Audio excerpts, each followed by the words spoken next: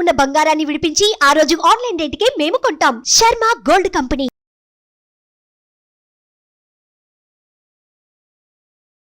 నమస్తే, welcome to Suman TV. నేను మీ యామ్ని. మనకి మే 1 నుంచి గురుగ్రహ మార్పు అనేది మేషరాశి నుంచి వృషభ రాశికి మారుతుంది కాబట్టి అసలు ఈ 12 రాశుల వారికి ఏ విధంగా ఉంటుంది ఈ మే నెలలో, ఈ విషయాలు మనకి తెలియచేయడానికి ప్రస్తుతం మనతో ఉన్నారు ప్రముఖ ఆధ్యాత్మికవేత్త, ప్రముఖ జ్యోతిష వాస్తు పండితులు బ్రహ్మశ్రీ డాక్టర్ నాయకంటి మల్లికార్జున శర్మ గారు ఉన్నారు. గురుగారితో మాట్లాడి మనకున్న సందేహాన్ని అడిగి తెలుసుకుందాం. నమస్కారం గురుగారు. నమస్కారం. గురుగారు, మే నెలలో అసలు తులారాశి వారికి ఏ విధంగా ఉంటుందండి ఈ గురుగ్రహ మార్పు వల్ల? ఓం శ్రీ గురుభ్యో నమః. తులారాశి వాళ్ళకి గ్రహగమన గతులన్నీ కూడా మనం చూస్తే ముఖ్యంగా దేవగురువైన బృహస్పతి కృత్తికా నక్షత్రం 2వ పాద ప్రవేశంతో వృషభ రాశిలోకి మే 1వ తారీఖున 12 గంటల 6 నిమిషాలకి మారతాడు. అంటే ఎప్పుడైతే మార్పు అనేది జరిగిందో ఇక్కడ ఈ తులారాశి వాళ్ళకు వచ్చేటప్పటికల్లా కొంత మిశ్రమైన ఫలితాలు ఎక్కువగా వస్తాయి. అంటే అష్టమ స్థానంలో గురువు యొక్క సంచారం. సహజంగా గోచారం అనేది 2, 5, 7, 9, 11 స్థానాల్లో గురువు ఉంటే మంచివాడని శాస్త్రవచనం. ఇక్కడ ఇలా కాకుండా 8వ స్థానంలో గురువు యొక్క సంచారం వల్ల కొంత ఆర్థిక స్థితిగతుల్లో మార్పులు జరిగే అవకాశం ఉంటుంది. మార్పులు జరగటం అంటే ఏంటంటే ఖర్చులు పెరుగుతాయి అని అర్థం. అంటే ఖర్చు చేసే అవకాశాలు ఎక్కువగా ఉంటాయి. అంటే ఖర్చులు పెరగటంతో పాటు ఆర్థిక పరంగా గతంలో ఏదైతే మనం చేయాల్సిన విషయాలన్నీ కూడా ఉంటాయో వాటన్నిటికీ చేయాల్సిన అవసరాలు ఏర్పడుతుంటాయి. అవసరాలంటే పెండింగ్ ప్రాజెక్ట్స్ ఏవైతే ఉంటాయో, పెండింగ్ పనులు అయితే ఉంటాయో అవన్నీ కూడా ముందుకు వెళ్తారు. దానివల్ల ఏమవుతుందంటే వాళ్ళకి డబ్బులు ఖర్చు పెట్టే అవకాశాలు ఎక్కువ ఉంటాయి. అంటే వృధా ఖర్చులు అయ్యే అవకాశం లేదు, భయపడాల్సిన పని ఏమీ లేదు. అంటే మన దగ్గర డబ్బు ఎసెట్స్ రూపంలో, ఆస్తుల రూపంలో మారుతుంది. అంటే చరాస్తి కాస్త స్థిరాస్తి రూపంలో కన్వర్ట్ అవుతుంది. అంటే మార్పు జరగటం అనేది మంచిదే, తప్పేం లేదు. చరాస్తి స్థిరాస్తి రూపంలో మారటం అనేది మంచిదే, దానిలో మనం ఆలోచన చేయాల్సిన పని లేదు. అంటే అనుకూలమైన పరిస్థితులకు దారితీసే అవకాశాలే మెండుగా ఉంటాయి. అందువల్ల ఆర్థిక ప్రయోజనాల రీత్యా కొంత డబ్బులు ఖర్చు అయ్యే అవకాశం ఉంటుంది. ఆర్థిక పరంగా డబ్బులు వస్తున్నా కొన్ని సందర్భాల్లో డబ్బులు వస్తూ ఉంటాయి కానీ కొంత ఖర్చు అయ్యే స్థితి కూడా ఏర్పడుతుంటుంది. అంటే ఖర్చు కావటం కూడా జరుగుతుంటుంది ఇక్కడ. మరి ఎంతవరకు ఖర్చు అవుతుంది ఏమిటి అనేది కారణం కాదు ఇక్కడ. అంటే మన డబ్బు మనకు ఖర్చు అవుతుంది, కానీ ఖర్చు అయింది మంచిగా ఖర్చు పెట్టే అవకాశాలు ఎక్కువగా ఉంటాయి. అందువల్ల తులారాశి వాళ్ళు భయపడాల్సిన పని లేదు. నూతన వ్యాపారాల్లో కానీ నూతన ఉద్యోగాల్లో వీళ్ళు చేరరు. మే నెలలో కదా, ఈ సంవత్సరం అంతా గురువు సంవత్సర కాలం పాటు ఉంటాడు కాబట్టి ఈ మే నెలలోనే కాదు మిగతా నెలలో కూడా చేరటు. అంటే సంవత్సర కాలం పాటు అంతే ఉంటుంది. అంటే గురువు సంవత్సర కాలం పాటు ఉంటాడు కాబట్టి ఈ సంవత్సరం అంతా ఉన్న ఉద్యోగాన్ని కొనసాగిస్తారు, ఉన్న ఇంట్లో కొనసాగిస్తారు, ఉన్న వ్యాపారాన్నే కొనసాగిస్తుంటారు. అంటే నూతన ఆలోచనలు అనేవి పెట్టరు వీళ్ళు. నూతన ఆలోచనలు పెట్టకుండా ఉండటం కూడా మంచిదే. అంటే మన గ్రహస్థితి అనేది అనుకూలంగా లేనప్పుడు అనవసరంగా కాలు దువ్వకూడదు.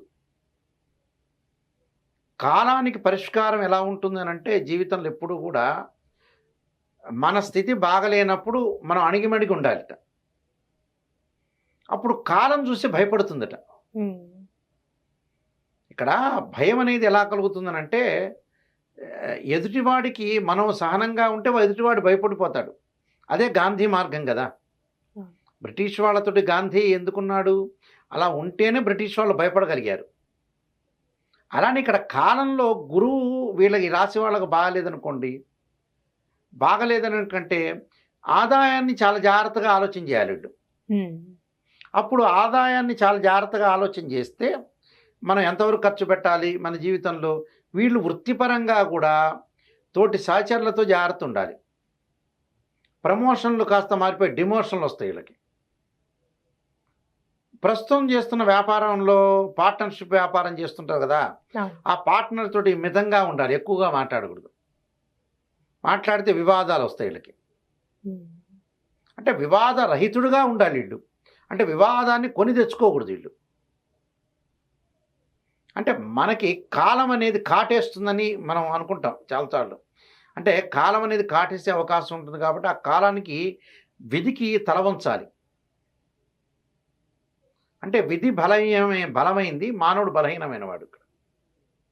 అందువల్ల చాలా జాగ్రత్తగా ఆలోచన చేసి ఒక్కొక్క మనిషి యొక్క వ్యక్తిత్వాన్ని అంచనా వేసి వెళ్ళాలి వీళ్ళు, తులారాశి వాళ్ళు.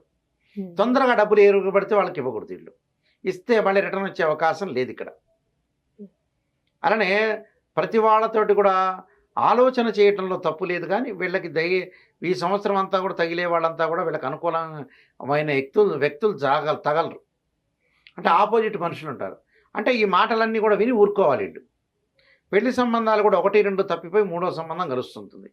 సంతాన పరంగా కొన్ని ఇబ్బందులు కలుగుతుంటాయి. అంటే అలానే ఆరోగ్య సమస్యలు కూడా ఉన్నాయి. ఆరోగ్య సమస్యలు కూడా వస్తాయి. ఆరోగ్య సమస్యలకు కూడా అయ్యి దానివల్ల డబ్బులు ఖర్చు అయ్యే స్థితి వస్తుంది. అంటే దీర్ఘకాలిక వ్యాధులు, బీపీ, షుగరు, ఆస్తమా ఇలాంటివి ఉన్న వ్యక్తులు కూడా చాలా జాగ్రత్తగా ఆలోచన చేసి ముందుకు వెళ్ళాలి. అంటే డబ్బులు ఖర్చు పెట్టడం తెచ్చుకోవడం కష్టం కదా. అందువల్ల ఆరోగ్యాన్ని మెరుగుపరచుకోవడానికి కూడా ముందుగానే ప్రికాషన్ తీసుకొని ముందుకు వెళ్ళాలి వాళ్ళు. అందువల్ల ఇలాంటివన్నీ జాగ్రత్తగా ఆలోచన చేయాలి. పెళ్లి సంబంధాలప్పుడు కూడా అనవసరమైన గొడవలు, ఇళ్ళు కన్స్ట్రక్షన్ చేసేటప్పుడు కూడా అనవసరంగా బిల్డర్స్ తోటి గొడవలు, ఇలాంటి వివాదాల్లో చిక్కుకునే అవకాశం ఒకటి ఉంటుంది. కోర్టు సమస్యలు కూడా కొంత వెంటాడుతుంటాయి.